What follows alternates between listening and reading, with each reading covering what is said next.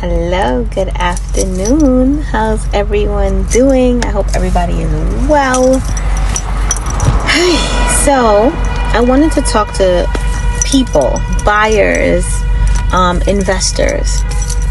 I've been getting a lot of phone calls about investment properties and how to go about it. And investment properties can look very different for different folks. It just can. Like, some people can invest in a 20-unit building and, their return on investment, all of those things, it's really numbers driven. When you're investing, it's always numbers driven, right? It has to make sense on paper.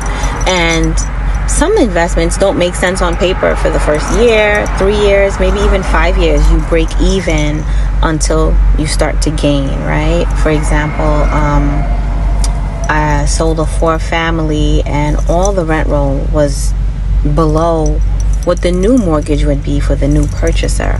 However, as tenants leave, I believe we had 2 tenants leaving that same year, a couple of renovations, boom, the rent is up to market value and it makes sense. So investments are usually always numbers driven, right? Your home, your house as I call it, where you dwell, that can be super emotional and emotion driven, and your likes and your dislikes and your preferences and how you can see yourself and your family living there. There's a different value to that than looking to invest. So investing can mean buying to own and hold on to it and rent it out. It can mean buying to flip. You purchase the property, you invest money in it to fix it, renovate it, and then you flip it. It's a quick sale. You flip it back, you sell it back, put it back on the market, and that margin between what you paid and what it costs you to renovate, and then the difference of what you sold it for, that's your income, right? So that's what you get. Opposed to when you purchase a property and you want to hold on to it and you want to have rental income and you become a landlord and tenants, right? So there are different ways and avenues for investing. We also still have this co-op on Eastern Parkway, and a lot of investors are calling. However, the board frowns upon rentals. That doesn't mean that there are not people in the building renting. There are tenants who've been grandfathered in. Sometimes people purchase and you move away and you don't want to sell your co-op, so you rent it out. All of those are possibilities. However, as a real estate broker, I do have to bring to your attention what the bylaws say about renting. Investment properties, so that's also an opportunity for investment. People do invest in co-ops and condos, as well as properties that go from 2 to whatever amount of units, right?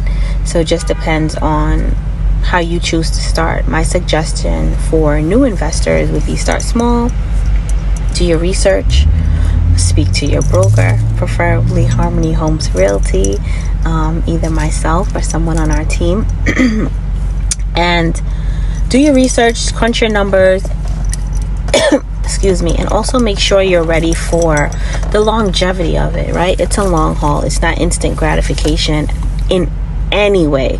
Even when you're flipping, it's not instant gratification, and different variables come into play.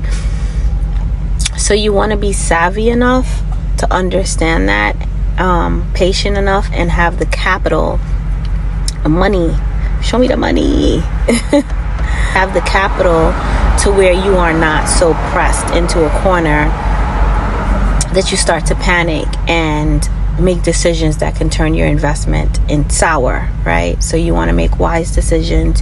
You want to have your team on deck. You want to have these conversations with your broker. Let me know what your goals are. Let me know, listen, I like to flip this, I like to sell this in 3 to 6 months, however it may go, right? So you need to communicate, crunch your numbers, have your capital, be ready, move with wisdom, and call us for a consultation if you're looking to buy, sell, invest, rent, have an apartment to rent. We are a full-service realty here at Harmony Homes Realty.